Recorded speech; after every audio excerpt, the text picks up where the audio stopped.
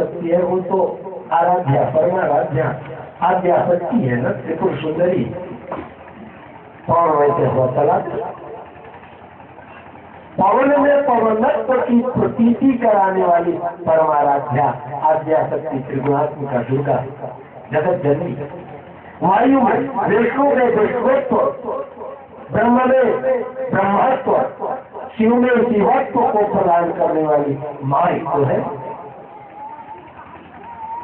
मातु समस्त जगता त्रिगुणाभितोते न ज्ञायते हरिहरादिभिरप्यपारा सर्वात्रयाखिलमिदं जगदन्तभूत मध्यासता ही परमा प्रकृति पवन आद्या प्रकृति तव हरिहरादि न ज्ञायते पारा अपारा। ये कोई नहीं जानता, ये केवल माँ ही समस्त इस ब्रह्मांड में एक नायिका वही है जो इतना नाट्य प्रतिभा करा रहे। कभी हमें शक्तिमान बना देती है तो कभी आपको बना देती। ये माँ की लीला है।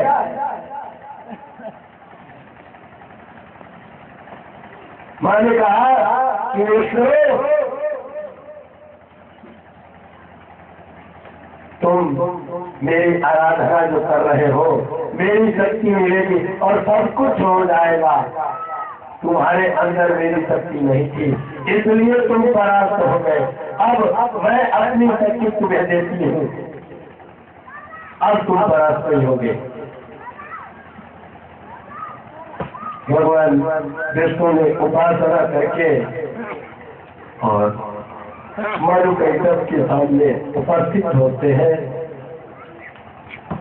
और अगाध जल में, यह संसार अगाध जल है, समुद्र है। इस जल में बिना उपासना के सिद्धि नहीं है। उपासना करो तो सिद्धि मिल जाए। उपासना करके आए जब भगवान विष्णु,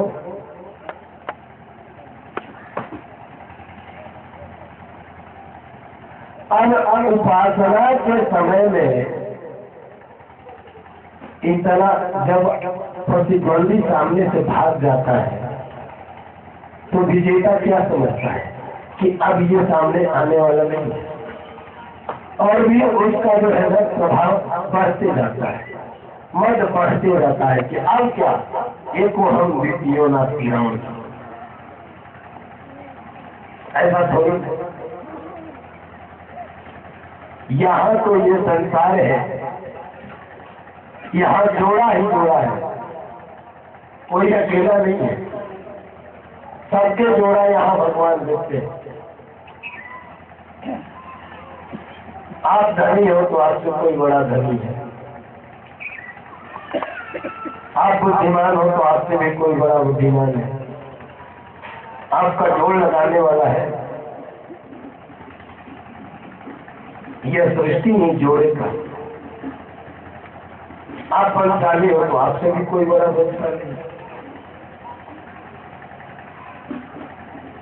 मधु कैटव भगवान विष्णु के आराधना काल में समझ गए कि वो तो भगवा अब आने वाला नहीं है। और बल का जो है अहंकार आसमान को छूने लगे खोजने कि दिखे तो कहीं, अब उसका जो है हम अंत कर ही दें। जब अपना अंत सुनिश्चित हो जाता है तो मनुष्य या जीव या प्राणी अपने अंत को ही ढूंढने चला जाता है। ध्यान दीजिए, अंत जब सुनिश्चित हो तो अंत की खोज होने लगती है। जैसे जब जीव के मृत्यु का निकट आ जाती है तो यहाँ से चलता है। सारे विविध उपाय करके कि हम अपने स्थान तक पहुंच जाए, लेकिन चलते चलते जब कुछ दूरी पे जाता है तो आजकल का उदाहरण दो, कोई बात आपसे फालती, दिमागी चिंतन बढ़ता है, हृदय गति तेज होने लगती है,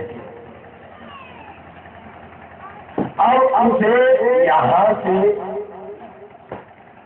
कुसमी से अंबिकापुर के बीच में उस हृदय गति को तेज होना है,